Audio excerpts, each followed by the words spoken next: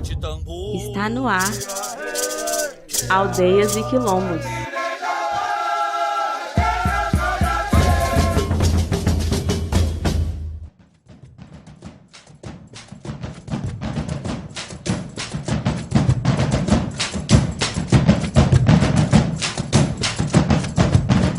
Olá, minha gente, licença para chegar. Seja muito bem-vindo e seja muito bem-vinda ao Aldeias e Quilombos, em sintonia com a ancestralidade afro e indígena brasileira.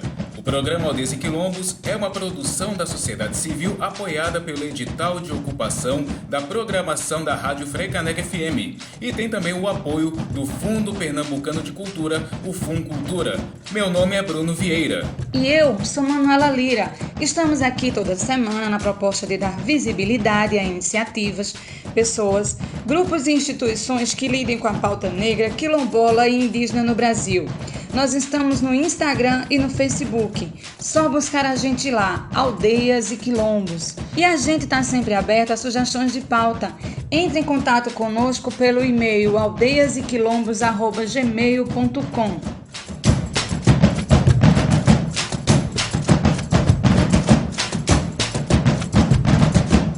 No programa de hoje a gente vai falar sobre a comunidade da Xambá de Olinda. Em sintonia com a ancestralidade afro-indígena brasileira, Aldeias e Quilombos está no ar.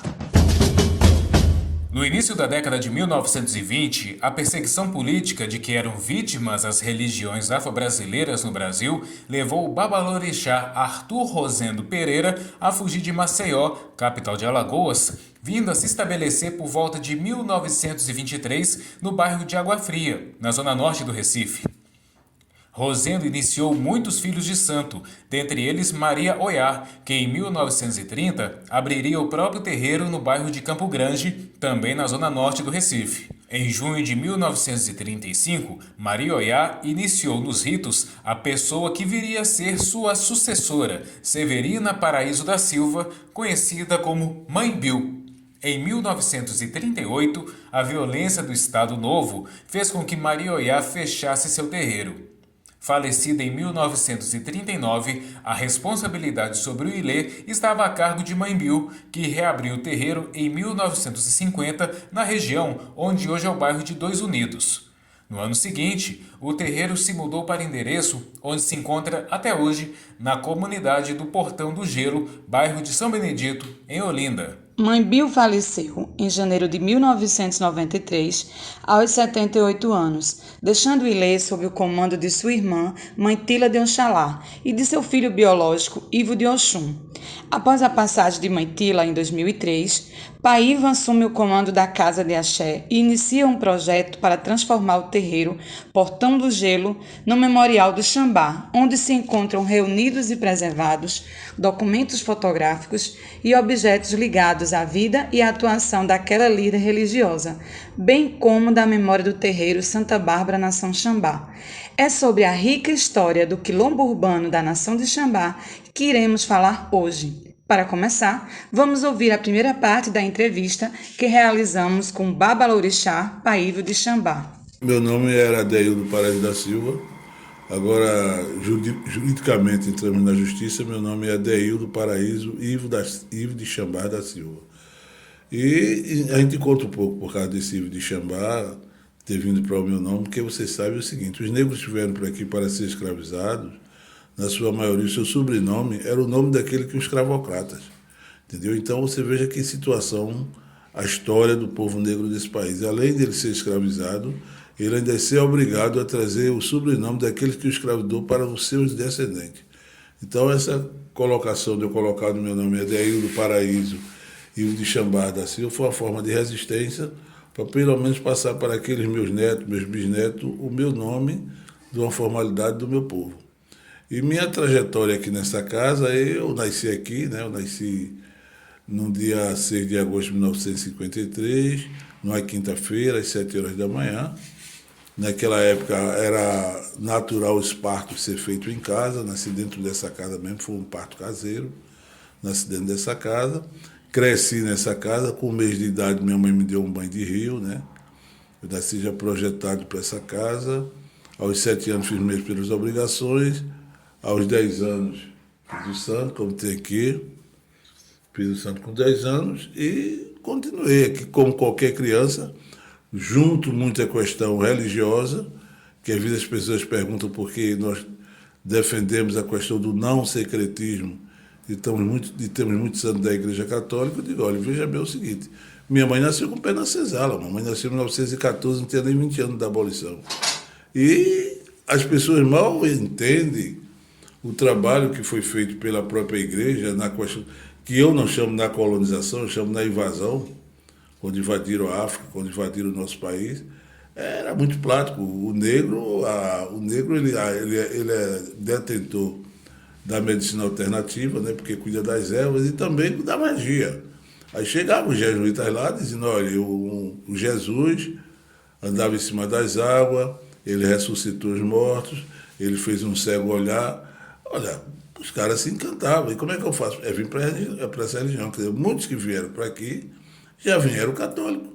Feito o Leopoldo II, que mandava que os jesuítas dissessem, ela vai celebrar o seguinte, feliz é aqueles que sofrem, porque dele é o reino do céu. É mais fácil o rico passar no fundo da agulha do que é mais fácil um camelo passar no fundo da agulha do que o rico entrar no purgatório. Existe um rei do Congo que diz o seguinte, eles chegaram aqui, nós tínhamos a terra e a Bíblia, e nos ensinaram a orar de olhos fechados. Quando nós abrimos os olhos, nós tínhamos a Bíblia e a terra. Então, eu acredito que foi uma visão que a Igreja Católica fez, que é um prejuízo que vai ser muitos anos para nós ser ressarcido de todo religioso, científico.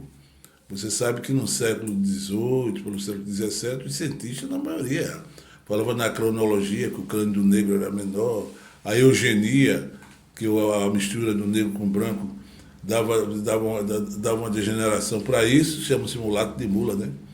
Porque a mistura do burro com o cavalo, veio o mulo e o mulo é estéril.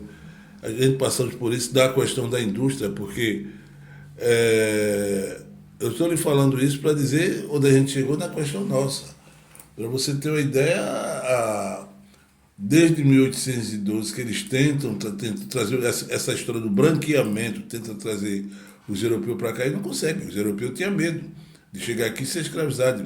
Em 1850, com a Lei José de Queiroz, conseguiram trazer 6 mil europeus para cá, enquanto para os Estados Unidos foi 96 mil. Em 2010, quando teve aliás, em 1910, quando teve a avalanche, depois da abolição, para você ter uma ideia, as indústrias italianas, 90% do seu quadro era italiano. Ficou 10% para negrado. Então o negro teve que inventar a função de engraxate, de varredor de rua, para poder sobreviver. Entendeu? Porque não tinha nada para sobreviver. Então hoje em dia você ter uma cota não é uma questão de um pagamento que deram a gente. Entendeu? E nessa casa a gente passamos a viver dentro dessa questão de ir para a igreja, de ver a igreja, mas você não sabe como eu, na minha visão, eu não tenho nada contra a Igreja Católica, e aí hoje em dia a gente tem que fazer uma coisa de igualdade, mas eu acredito que o empoderamento de crescimento do negro, ele dentro da religião católica, ela tira. Porque a própria Bíblia, quando a Bíblia diz que não, porque Noé, porque não conhecia vinho, ficou nu, enquanto Cã ridicularizou e Sem cobriu a nudez do pai. Então Noé disse que os descendentes de Cã iam ser dominados pelo de Sem. Já mostra a gente de uma inferioridade, já mostra quem domina e quem é dominado. Entendeu? Essa história da igreja, não, nós nunca dissemos que o diabo era negro, não. Você vai debaixo do pé de São Miguel, que o diabo não tem de lá é preto. Entendeu? Então, a gente, na época de minha mãe, a gente tinha que fazer a primeira comunhão. Você veja que coisa, para entrar nesse salão você tem que se batizar. Ontem mesmo nós fizemos a consagração do neto de Beto aí dentro. E foi uma luta comigo para poder botar a primeira que fez aqui foi Laura. Botar uma pessoa nesse salão sem ir para a igreja católica, porque é da cabeça da pessoa, entendeu? E isso daí se mostra uma questão simplesmente de submissão. A partir do momento que eu não tenho nada, o negro que é católico, o negro que é protestante, mas a partir do momento que você tem essa submissão religiosa, mesmo que você queira se empoderar, o cara diz, não faça isso não, porque Deus está vendo aí. E quem está mandando, quem está dizendo que Deus está vendo é o Pai. Aí você já se encolhe. E aí a gente tivemos toda essa cultura. dentro dessa casa, com minha mãe, entendeu? Essa maneira, mantemos esse tipo de cultura até 93, quando minha mãe faleceu, depois a gente mudamos mais um pouco. Muitas pessoas criticam quando começo um toque que eu não digo louvado seja nosso Senhor Jesus Cristo, não tenho nada contra a Igreja Católica, mas a minha religião é outra, entendeu? Nós recebemos aqui, Marileide fez essa ponte, né? Nós recebemos aqui o pastor Henrique, que é deputado federal pelo Rio de Janeiro, né? Inclusive uma pessoa de uma visão muito progressista. E se você, o que nós temos hoje, na minha visão, não é ser contra. Às vezes eu faço esse discurso duro. Fui fazer uma palestra lá em Jaboatão, que era sobre direitos humanos, quando eu disse, olha, a igreja pegava 100, 200 negros, botava num canto, jogava o sal na boca, dizia, você é cristão, você vai para o Brasil. Você hoje, quando trabalha, tem 13º, férias, repouso semanal remunerado. Naquela época, o negro trabalhava de só a só, para ter um dia de folga tem que pegar. E o padre não gostou. E eu comecei a analisar, se você quer fazer uma questão de junção, você não pode estar atacando, porque desencerrar de frutos frescos fede. Então a gente mudamos a postura. O pastor, quando chegou aqui, a postura nossa foi bem. O que nos separa é o fundamentalismo. O que separa religiões é o fundamentalismo. Então, a gente vai ter que negociar isso. Pior nós já vivemos. Nós viemos da África, num porão de navio, inimigo um do outro, falando os idiomas diferentes, e tivemos que nos entender para não morrer. Então, hoje nós falamos o mesmo idioma, você está entendendo o que eu estou falando. Por que nós não nos entendemos agora? Já nos desuniram muito tempo pela cor, e agora? Agora, você nem vai tirar o meu tambor, nem o meu axé, nem eu vou tirar a sua Bíblia e seu amém. A gente vai ter que saber, você querer me convencer por deixar meu tambor e meu axé, é mesmo que você querer convencer o peru da importância do Natal. Entendeu? Agora, hoje, para você fazer uma questão religiosa no mundo, no Brasil, em qualquer país, vai ser uma questão muito mais... Porque as pessoas tendem a saber. As pessoas querem saber das coisas. Hoje em dia eu não posso mais dizer assim, isso aqui é isso porque é isso. Não dá mais. Quer dizer... Aí, o que foi que a igreja passou um bocado de tempo, que as missas eram rejadas em latim, você ficava somente se benzendo, não sabia nem o que o pai estava dizendo. Quando Lutero tentou fazer isso diferente, foi perseguido, quase que morria. E hoje em dia você até uma discussão muito séria, quer dizer, se fosse dito a Eva que era porque era proibido comer a maçã, talvez até ela não tenha sido seduzida pela serpente. Entendeu? Então eu acho que você tem uma modalidade de vida diferente, você tem, fez por fora não, tanto vai sair. Você tem uma modalidade de vida diferente, você tem que ter uma visão de mundo diferente. E a gente negro, o Ibuto que de hoje, que é nós somos aquilo que nós somos, é o que prevalece no mundo. A gente temos que ter uma questão. E é isso que a gente mantemos essa casa. Nós, quando assumimos em 93, foi o que nós fizemos. Eu convidei Hildo Leal, convidei João Monteiro, convidei Antônio Albino para fazer o memorial. Deixar de inventar a roda. Porque você vindo na minha casa, você é obrigado a respeitar onde crê. Então, a partir do momento que nós criamos um memorial mostrando história de mulheres negras, com poucas condições culturais, que fizeram... Aí houve o interesse de historiadores, antropólogos, sociólogos, e aí a gente começou a adentrar nas universidades, nas escolas, contar a nossa história do nosso jeito. Deixar de contar aquela história só com os grilhões nos braços. E aí é o que você vai hoje. Quer dizer, eu continuo dizendo, a história, o racismo, ele é didático. Vida negra importa, não vai mudar em nada, cara. Você não vai mudar em nada. O racismo é didático, você tem que mudar pela educação. Você está dizendo, faça isso, mas eu eduquei meu filho, você educou seu filho, o seu neto já tem um bisneto, a educação está sendo a sua. A educação está sendo a sua. E você não se apercebe disso. Ah, não, a gente agora estamos fazendo um trabalho contra o racismo. Aí está a tua criança lá com 4 anos, o teu neto, com 4, 3 anos, que vai para um maternal, e ele lá vendo a história lá de quem? do Chapeuzinho Vermelho, da Branca de Neve, da Gata Borralheira, da Bela Adormecida. Quando ele vê o negro, o Saci Pererê que tem uma perna só. Ele já cresce com vergonha da sua cor, da sua raça, do seu cabelo. Dê uma boneca negra à criança negra que ela não quer, porque ela aprendeu a não receber aquilo. Você está no programa Aldeias e Quilombos, pela Freicaneca FM 101.5, a rádio pública do Recife. Nós vamos para um rápido intervalo e já já voltamos. Estamos apresentando Aldeias e Quilombos. Voltamos a apresentar Aldeias e Quilombos. De volta com Aldeias e Quilombos. Se você tem sugestão de pauta, quer divulgar o trabalho de uma pessoa negra, indígena ou quilombola, fala com a gente. Nosso e-mail é aldeiasequilombos@gmail.com. E estamos também nas redes sociais. Siga a gente no Instagram, @aldeiasequilombos. No nosso segundo bloco, a gente continua com um bate-papo sobre o Quilombo da Xambá, localizado no bairro de São Benedito, em Olinda. Neste bloco, vamos ouvir a segunda parte da conversa que realizamos com Babalorixá Paivo de Xambá. Então a história da negrada é contada de uma forma... aquele Antônio Campos chamou quando ele era presidente da fundagem, uma reunião lá em Maçandanga, é aquela história. Não, porque o Oceano Atlântico foi o cemitério do povo negro, eles que trouxeram a sua religião da África, que vieram aqui para ser escravizados. Eu não concordei.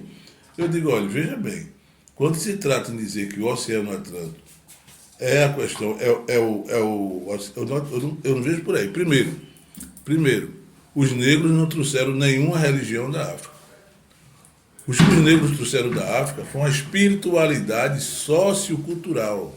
Porque 90% da cultura que você tem nesse país veio dos terreiros, da roda de candomblé. O samba, a capoeira, o macumelê, a ciranda, entendeu? O coco. Porque a visão eurocêntrica é isso mesmo. Ela primeiro te hostiliza e depois toma tudo que é teu.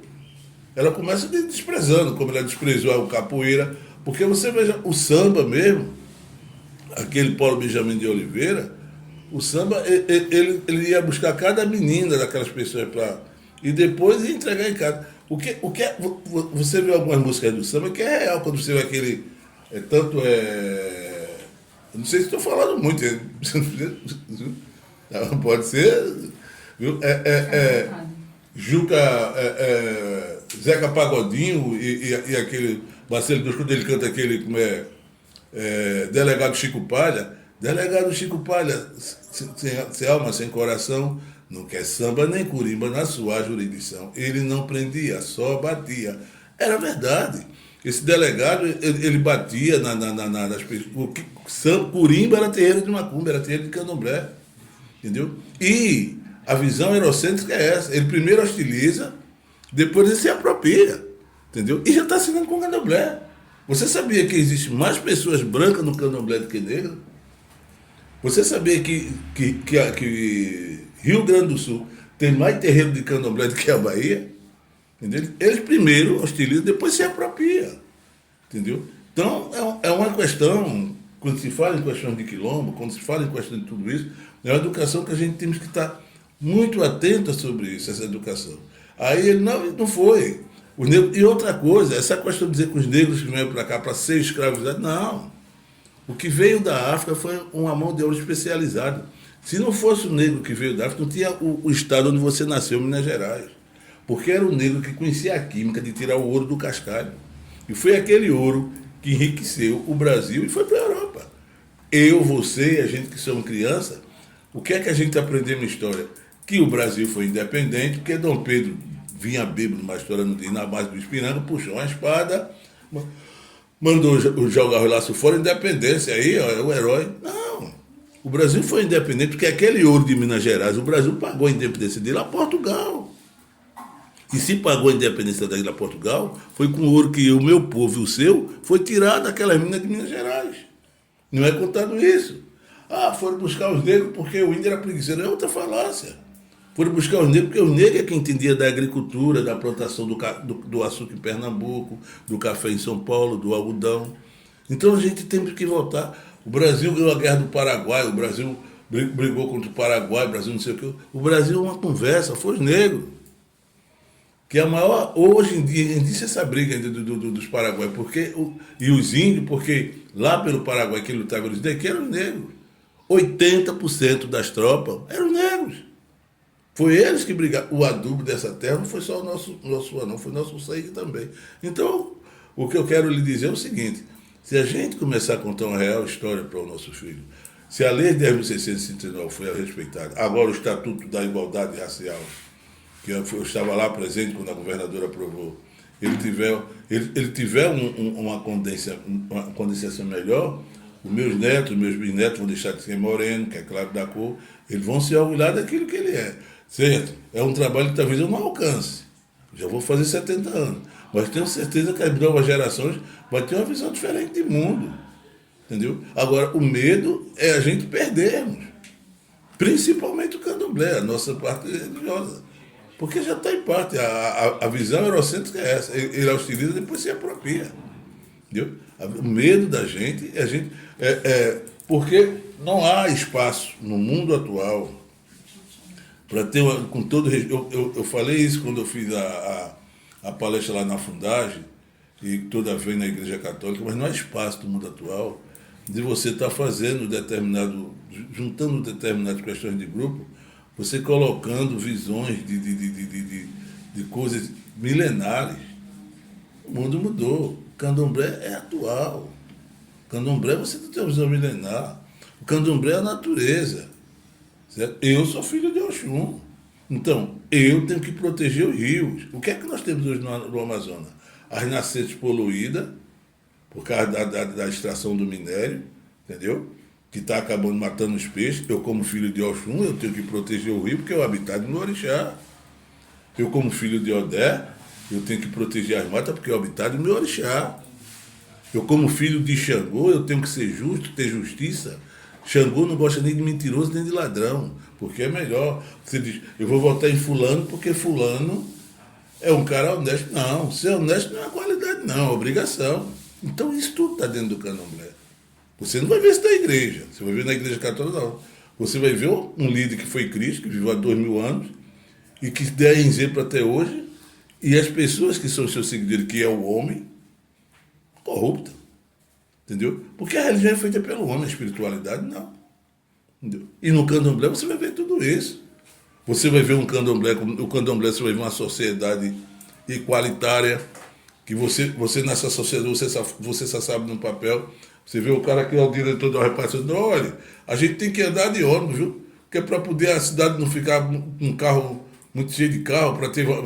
Mas ele manda você andar de ônibus, o ônibus cheio apertado, mas ele vai no carro dele com ar-condicionado. Entendeu? Você vai chegar aqui no candomblé, você vai ver uma mulher, a mãe de santo dessa casa, aquela que está ali, a minha tia Lude, a profissão de minha tia Lude, na vida dela, quando ela trabalhava, ela foi copeira do Hospital Getúlio Vargas. Você vai ver uma pessoa formada pedir a benção à minha tia Lude.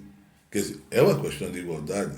Você vai ver, eu fui militar, você tinha um cassino dos soldados, dos sargentos, dos oficiais, comidas diferentes. Você vê aqui uma aguaria, você vê um toque, um xambá, tem uma aguaria, um munguzá, um café. O que eu vou comer como babola de chá é o que vai comer aquele cidadão de lá de baixo.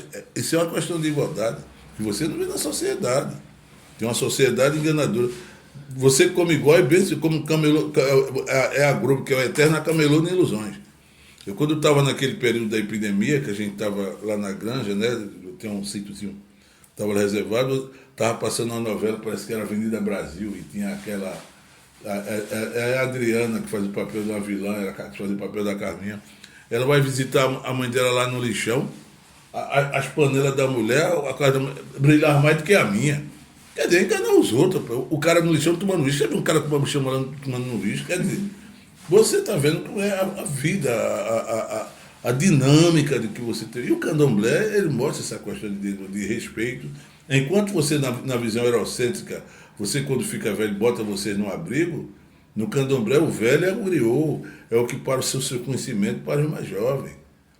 O ibupo é uma questão que o branco não quer comer, mas esse vem de nós, vem de África, vem de nós africanos. Então, o grande problema que existe, na minha visão, é o seguinte, é porque o cara mesmo quebrou, ele sabe o que está fazendo, mas ele não quer sair do outro lado do balcão.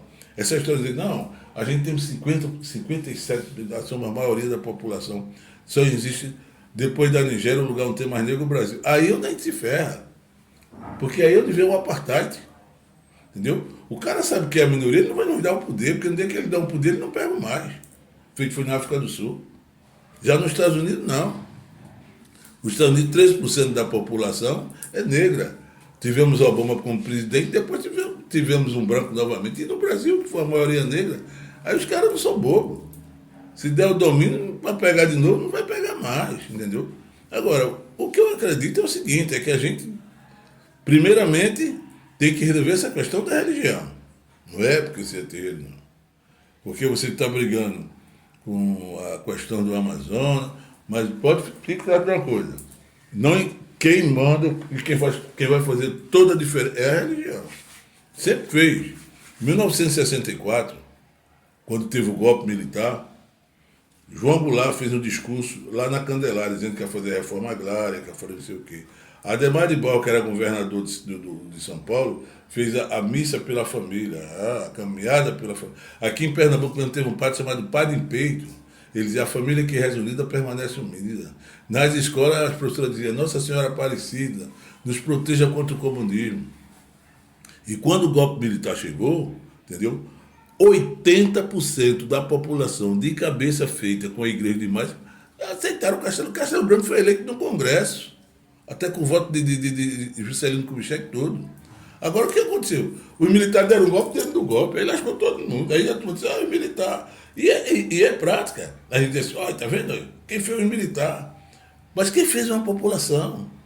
Eu vou lhe dizer uma coisa mais recente. Qualquer pessoa de hoje, quando se fala na questão do governo Collor, diz, Collor deu calote na poupança. Collor foi quem deu calote na poupança. Foi Collor. Porque Collor deu, o Congresso aprovou. Se Collor fez, porque o Congresso deixou. Se o Congresso não deixasse, Collor não fazia. Então foi Collor. Então a gente tem muito cuidado com isso. Então eu acho, quando a gente se fala sobre a questão quilombola, eu tinha falado para o Túlio Velho, que a gente pretende fazer uns trabalhos. Para mim, os primeiros quilombos são os terreiros de candomblé, que são chamados quilombo urbano. Por quê? Quando a sociedade começaram a se organizar, o que ocorria? Os caras que tinham dinheiro não queriam morar junto com aquele que, como eu lhe falei, que era o seu engraxado, e eles fizeram seus barros de lado. O resultado, à medida que a cidade foi aumentando, foi se tomando. Aqui em Pernambuco não foi diferente. A primeira sociedade que chegou aqui foi Sociedade contra Mucambo, fiz pegar meu nome Magalhães, que foi ali em Salgadinho, por ali. E a negrada foi levada para os cantos, principalmente os terreiros de candomblé, que são os primeiros quilombos, que é a área de resistência, que são os terreiros de candomblé, que são as primeiras resistências. Então, se você começar a trabalhar esse povo, você começar a olhar esse povo, entendeu? Você vai ter uma questão de igualdade, porque não é fácil. O cara diz, não, Monteiro Lobato era racista, não sei. Mas tu já pensou, se você brigava, era a ciência, era a igreja, era um troço muito forte.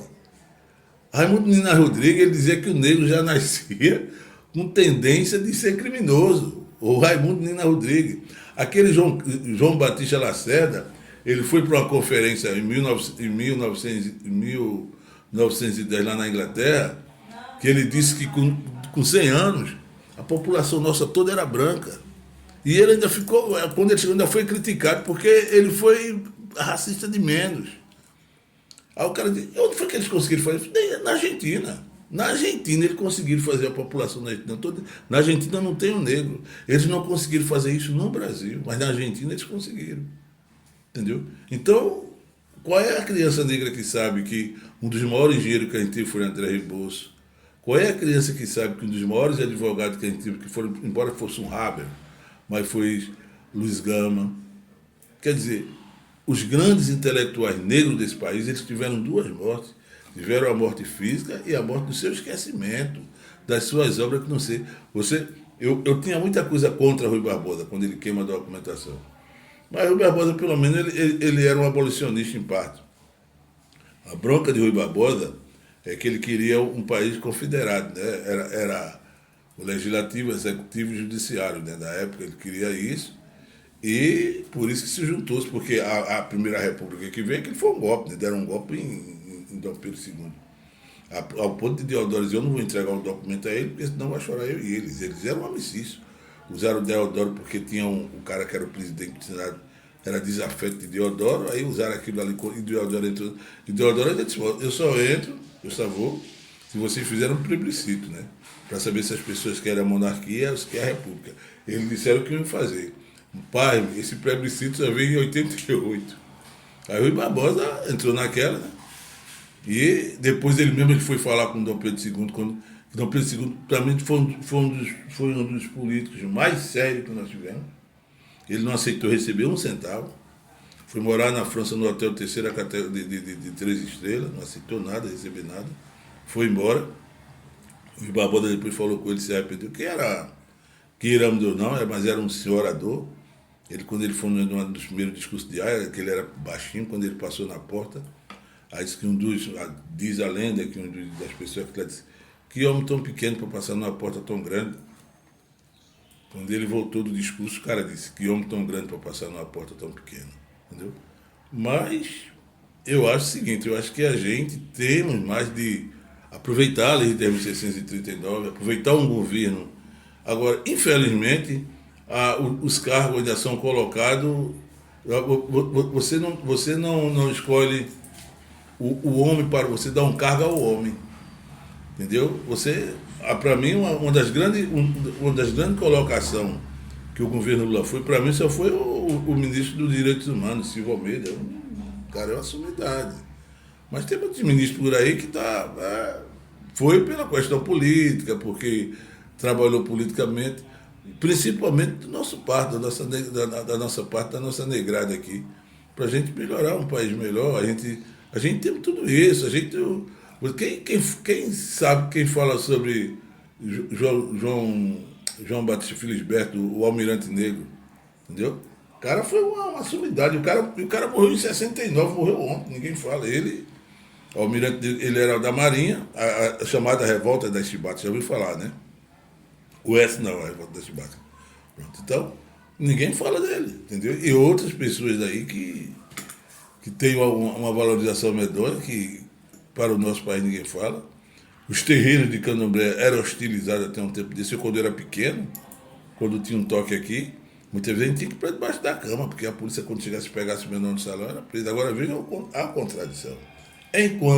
Quando nasce, a igreja dizia que você tem que se batizar logo pequenininho para tirar a mancha do pecado. Quer dizer, tinha 18 anos para trabalhar a tua cabeça. Você chegava na escola, você dizia que era de Candomblé, que você... a pessoa tem vergonha de dizer que é de Candomblé, a pessoa tem vergonha de ser negro. Não, rapaz. Você, quando não tem justificativa para uma maioria, você se cala. Era o que existia. Eu sempre fui assim. Eu era presidente do Sindicato de Estivadores, fui para uma reunião em Brasília. Na época, a ministra do Trabalho era Dorothea Werneck. Uma sexta-feira de branco. Quando eu digo a você que a gente tem que entender o fundamento, não, fundamentalista é os negros pentecostais que são fundamentais. Toda religião é fundamentalista. Agora, você não pode querer que ninguém tenha sua. Eu visto o dia de branco na sexta-feira, é um fundamento. Você, quando dá a sua obrigação, a sua guia, você não tem coisa com o seu marido, é um fundamento. Entendeu? Agora, é um fundamento seu que você não vai colocar para os outros. Aí, quando eu chego lá de branco, mas que é presidente do sindicato da Bahia, foi o primeiro governador. Ele está de branco assim, é o santo dele. A ministra perguntou, é verdade? Não, excelência. Eu visto branco dia de sexta-feira porque é Orixalá, eu gosto de vestir. Agora eu sou filho de Oxum, se ela tiver alguma coisa contra, entendeu? Então, porque você tem argumento para se defender. Mas quando você não tem, acabou. Entendeu? Você está no programa Aldeias e Quilombos pela rádio Freicaneca FM 101.5 do Recife. Nós vamos para um rápido intervalo e já voltamos. Estamos apresentando Aldeias e Quilombos. Voltamos a apresentar Aldeias e Quilombos. E estamos de volta com Aldeias e Quilombos, em sintonia com a ancestralidade afro-indígena brasileira. Só lembrando que estamos no Instagram, @Aldeias e Quilombos. Segue a gente lá. No dia 11 de agosto de 2001, surgia um dos maiores e mais importantes grupos de coco da história musical do Brasil, O Bongá é, sem dúvidas, uma das iniciativas culturais mais notórias nascidas em Pernambuco. Formado na comunidade Xambá do Quilombo do Portão do Gelo, em Olinda, o grupo mantém há mais de 20 anos a missão de preservar e difundir a cultura de matrizes africanas através da nação Xambá. Criados na rua onde fica o terreiro de Xambá, os integrantes desde criança já eram imersos na religião candomblecista e conviveram com uma musicalidade muito presente. Frequentavam rituais e improvisavam os instrumentos com quengas de coco e baldes. Depois passaram a tocar alfaia, pandeiro, ganzá e tabica. É sobre a história do Bongá que a gente escuta agora o depoimento de um dos seus integrantes e fundadores, Beto da Xambá. Meu nome é João Alberto dos Santos Silva, filho de Maria da Conceição de Santos Silva, Conceição de Ogum, né? E de João Simões da Silva, mais conhecido como Joca, né? Que é da Xambá, os dois, né? Eu nasci em 1986. Sou daqui desde dessa época. E, enfim, para mim é satisfação ser desse lugar, ter nascido, né, ter aprendido tanta coisa.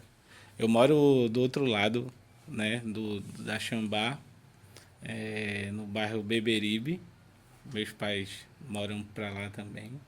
Eu sempre tinha esses dois bairros como minhas casas, né? Então,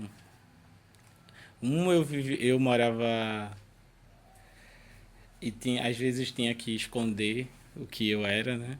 E o outro eu podia dar vazão a essa religiosidade, né? Mesmo as pessoas sabendo com certeza que eu era de comunidade de candomblé e tal. Eu sou Beto da Xambá. Beto, conta pra gente um pouco da história aqui principalmente do grupo Bongá. Qual que é a relação do Bongá com o terreiro da Xambá, né? E agora também com o Centro Cultural. Conta pra gente essa história. Pelo que eu pude já analisar a relação do grupo, é que nos anos 80, 90, houve algumas coisas que eu acho que foram importantes para poder o Bongá ser o que é hoje. Foi a questão da valorização, né? O movimento negro daqui era muito forte nessa época e construiu umas coisas massas. Então, e a Xambá sempre foi um lugar onde as manifestações culturais vinham, né? E os brinquedos populares, né? Como o caboclinho, o maracatu, sempre teve essa ligação. E na Xambá sempre houve grupos de outra origem, assim, de outra cultura, podemos dizer, de música, sei lá, de samba carioca, né? Desse samba do Sudeste, que também de uma certa forma já existia aqui, mas só que parece que existia uma vontade de reproduzir algumas coisas no Sudeste, mesmo que o samba já estivesse aqui há muito mais tempo, né? E Guitinho, e nesse momento, assim, eu acho que foi muito importante os anos 90 ali, de grupos conhecidos, né? Como Cordel, como Mestre Ambrósio. Eu acho que existia uma vontade de se fazer representatividade ou se fazer representativo, né? Dentro desse universo. A gente já vivenciávamos os afoxés, os maracatus, como componentes e brincantes. Então já tínhamos eu não, né? Mas o meu primo, meus primos mais velhos já tinham uma vivência gigantesca de brinquedos populares. E Guitinho teve a ideia de juntar os primos para fazer um grupo em que não tinha certeza do que seria ainda.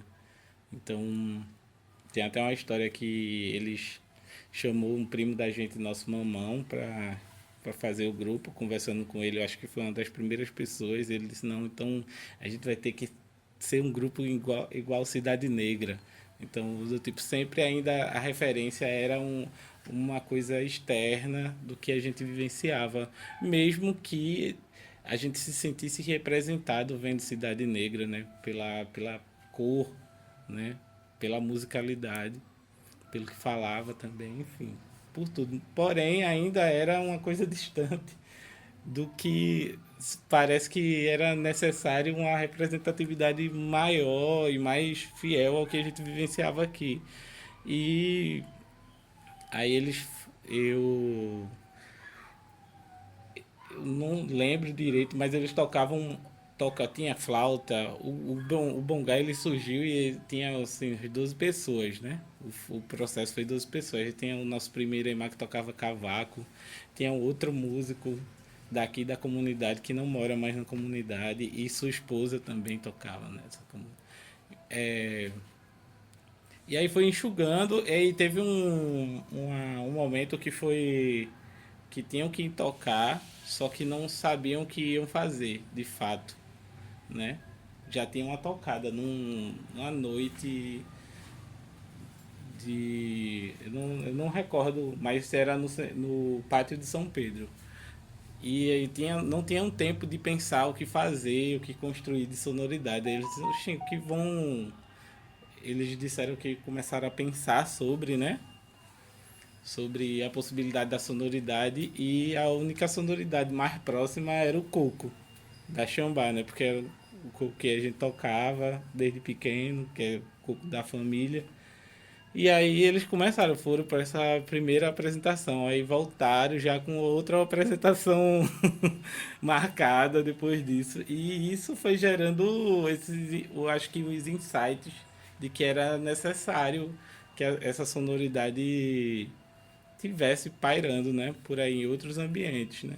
E que realmente causava um impacto, né, a sonoridade, porque era uma coisa que quando a gente está vivendo aqui a gente nem percebia essa potencialidade da sonoridade, né, das sonoridades que a gente vivenciava aqui.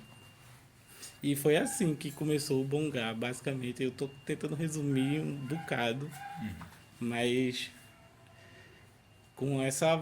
E foram entendendo, né, essa importância depois, né, porque dessa ligação de ter vivenciado, de estar vivenciando isso aqui, e isso também ter gerado outras possibilidades, né.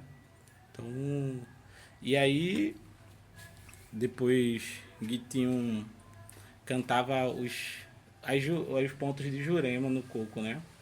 E aí um dia da apresentação do grupo, uma mãe de santo da casa, que era muito influente, Madrinha Tila, foi ver. E ela não saía para nada do terreiro, da casa dela, pra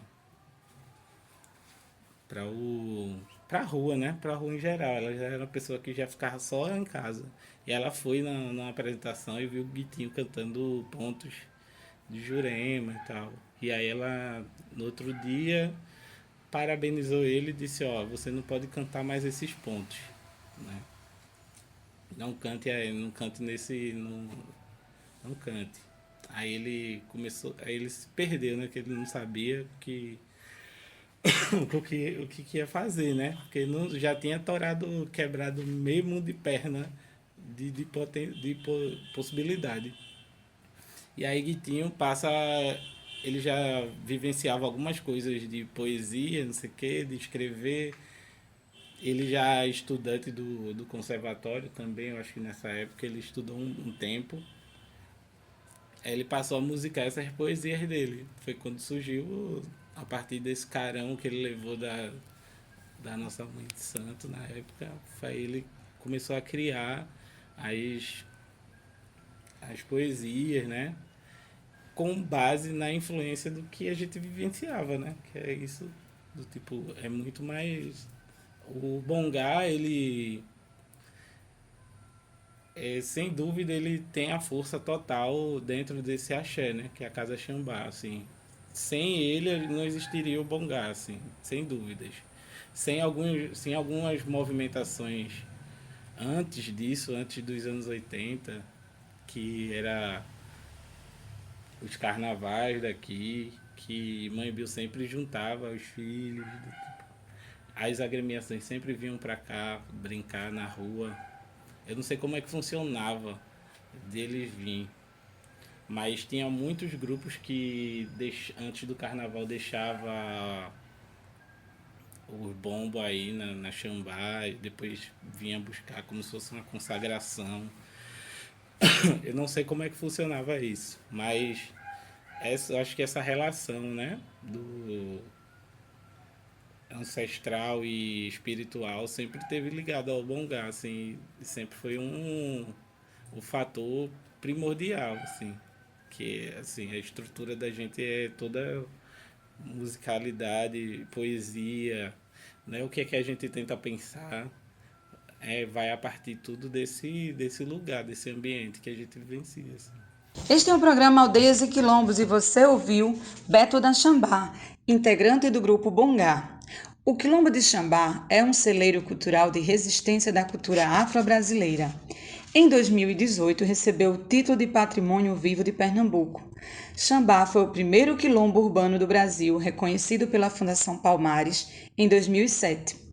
A nação vem demarcando sua potente existência e resistência, seja através do Grupo Cultural Bongá e de outras atividades culturais, seja através da própria consciência política de pertencimento e identidade coletiva que foi fortalecida na comunidade, como o próprio bairro deixou de se chamar São Benedito e passou a se chamar Xambá, e hoje existe o Terminal Integrado de Xambá.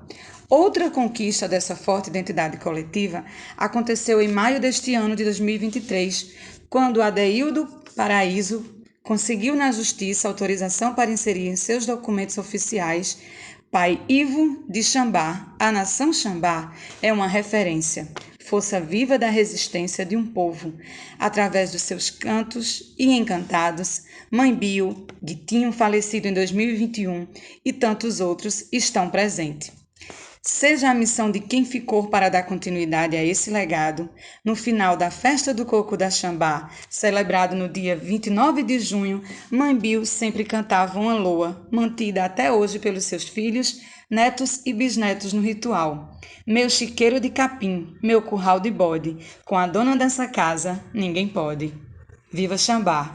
Nós vamos para um rápido intervalo e já voltamos. Estamos apresentando Aldeias e Quilombos. Voltamos a apresentar Aldeias e Quilombos. Este é o programa Aldeias e Quilombos. No nosso último bloco, trazemos algumas informações relevantes para vocês.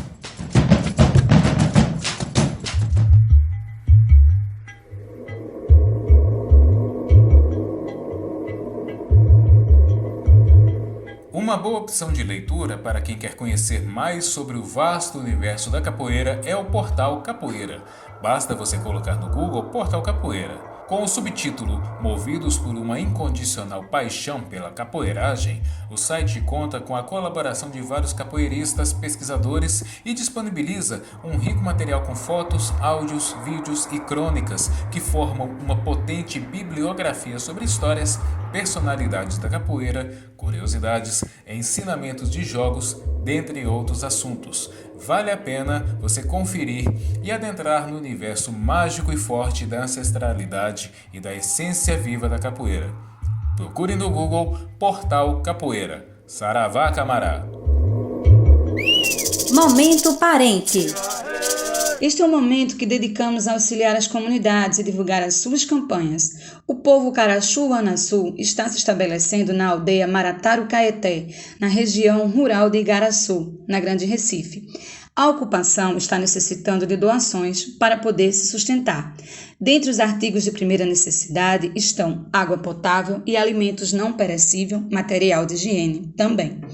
Toda e qualquer ajuda é bem-vinda e você pode também colaborar com o Pix. A chave para a doação é o e-mail da Associação Indígena e Contexto Urbano, Caraçu Uanaçu, Acisuca.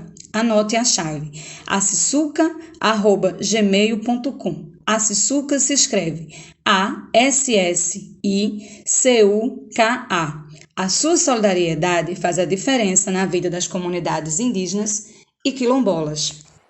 Firmei meu ponto, sim.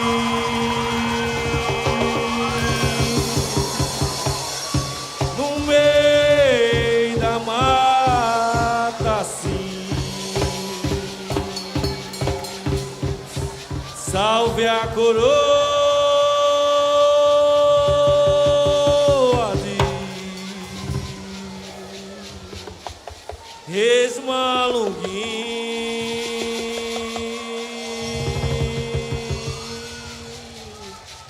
Firmei meu ponto, sim,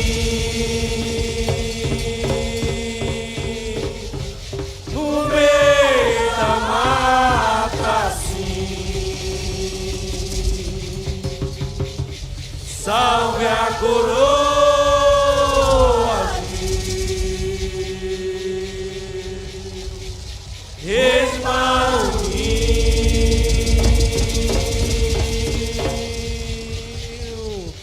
Se você resolveu brincar, mas tu vai ter que ser muito fiel. Pois a linha que traço, eu balanço, eu remendo, eu costuro, eu desmancho, faço boi bravo, fica bem manso. Minha ciência não é maior que Deus, mas o mundo qual Ele me deu, você tem que entender que eu sou eu.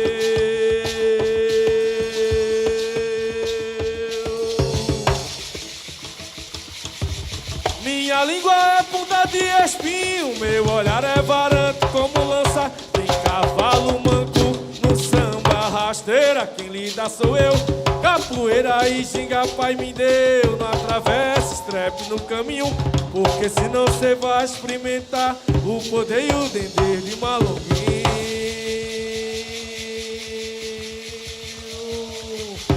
Se você resolveu brincar, mas tu vai ter que ser muito fiel. Pois a linha que traço, eu balanço, eu remendo, eu costuro, eu desmancho, faço boi bravo, fica bem manso. Minha ciência não é maior que Deus, mas o mundo qual Ele me deu, você tem que entender que eu sou eu.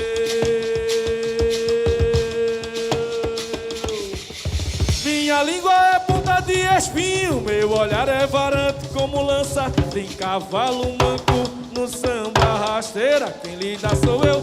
Capoeira e ginga, pai me deu. Não atravessa, estrepe no caminho, porque senão cê vai experimentar o poder e o dendê de Malunguim.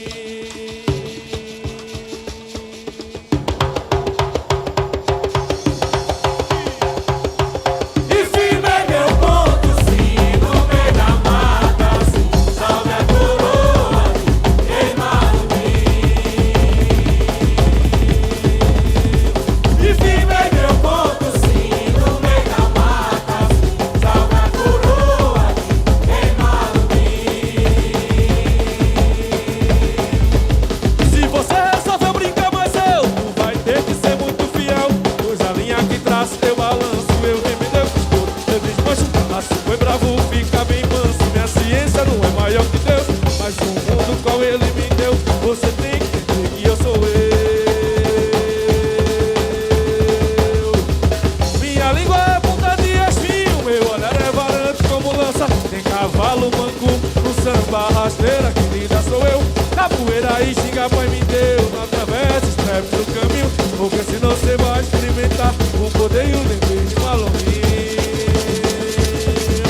Salve, salve a Jurema Sagrada, salve, salve todos os povos indígenas.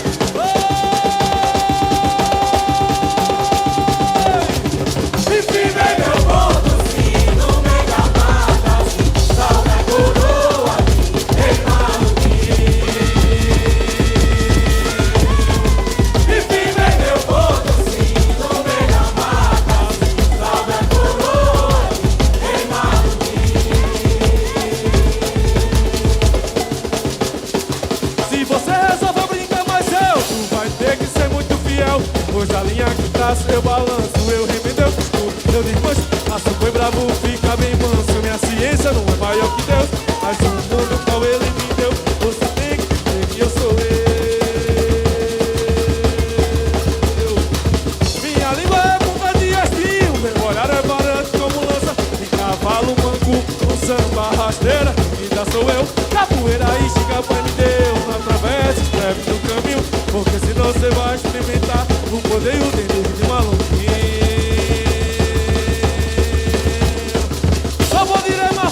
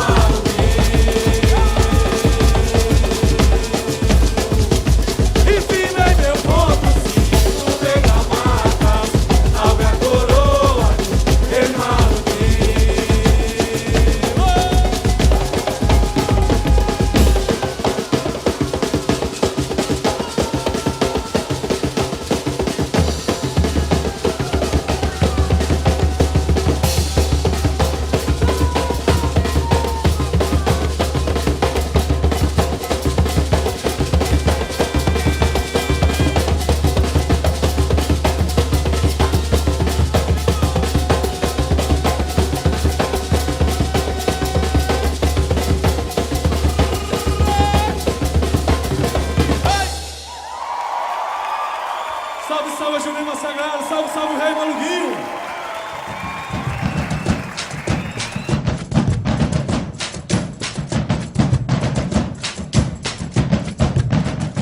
E vamos encerrando o Aldeias e Quilombos de hoje. Agradecemos pela sua presença e sua audiência. Esteja à vontade para sugerir pautas e mandar sua música. Nosso e-mail é aldeiasequilombos@gmail.com e tem o nosso Instagram também. Segue a gente lá, @Aldeias e Quilombos.